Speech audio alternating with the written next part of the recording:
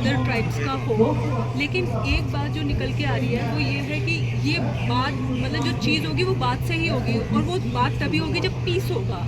लेकिन हम देख रहे हैं 50 दिन से ज़्यादा हो गए हैं, लेकिन हालात कंट्रोल में नहीं आ रही। मतलब वेयर इज़ द गवर्नमेंट? आपको लगता है कि यहाँ कुछ एग्जिस्ट करता है? एक्चुअली वही बात है कि पीस को खराब करने के लिए सरकार जिम्मेदार है। डबल इंजन की सरकार, राज्य सरकार और केंद्र सरकार, जिसने एक बयान तक नहीं दिया है। और दूसरी बात है, जिस तरीके से जो जनता के बीच के अंतर्विरोध हैं, उन अंतर्विरोधों को एक कम्युनल डिवीजन की तरफ जो लेके जाया गया है, ये विशेष एजेंडा है इस हिंदुत्ववादी सरकार के फसीवादी मुहिम को तेज करने का। और उसी के वजह से ये जनता के बीच के कॉन्ट्रडिक्शंस को कम्युनल डिवीजन की तरफ लेके जाया जा रहा है। और इसमें दूसरा मूल मकसद है आदिवासी जनता को उनके लैंड और उनके जंगल के रिसोर्सेज से उनको वंचित करना, और पूरा का पूरा कॉर्पोरेट के हवाले वहाँ के जंगलों को करना, जो अपने आप में पूरा नेचुरल रिसोर्सेज का भंडार है।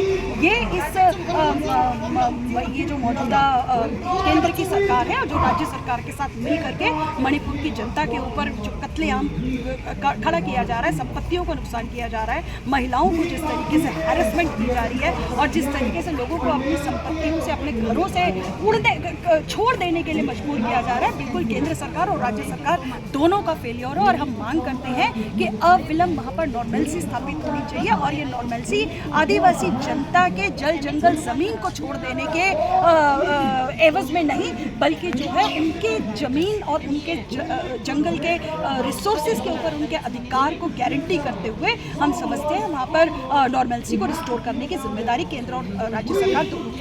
मैम, मणिपुर एक ऐसा स्टेट है मतलब जहाँ पे महिलाएं जो है वो घर को चलाने में बहुत ज़्यादा सहयोग देती है। अभी जैसे पिछले दिनों में ये था कि मैंने से वो वेंडर्स विमेंस आई थी जो घर चलाने में बहुत बड़ा हाथ देती थी। तो आपको लगता है कि विमेन जो है वो इन सब में बहुत जो जिसका सहयोग देती है उस पर बहुत इफेक्ट पड़ रहा है, और विमेन पे पड़ेगा तो ऑफकोर्स बच्चों पे और फैमिली पे पड़ेगा ही पड़ेगा। तो विमेन का जो पॉइंट ऑफ व्यू है मैं वो जानती हूँ। बिल्कुल, एक्चुअली महिलाओं के ऊपर जब भी हिंसा होती है तो महिलाओं के ऊपर तो दो तरीके से असर होता है। एक तो जो आर्थिक नुकसान होता है और परिवार चलाने में जो मुश्किल होती है, और यहाँ पर तो जो महिलाएं हैं वो परिवारों को चलाने की एक पूरे इकोनॉमिक्स में उनकी एक महत्वपूर्ण भूमिका रहती है, वो तो होता ही होता है। और साथ में एक महिला होने के नाते, और जब वो ऐसे कम्युनली जिन फोर्सेस का एजेंडा होता है कम्युनल डिवीजन करना, सांप्रदायिक विभाजन करना जनता का, और जिस तरीके से वो महिलाओं के ऊपर हिंसा करते हैं, जैसा हमने गुजरात में देखा, जैसा हमने कहीं पर भी जब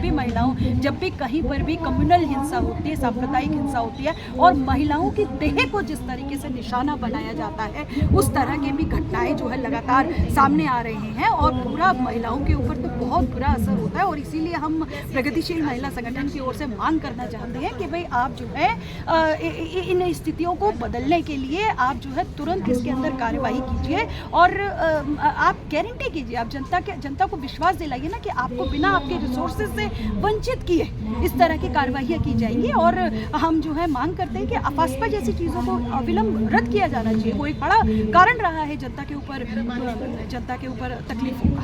ठीक है मैम, आ जाओ।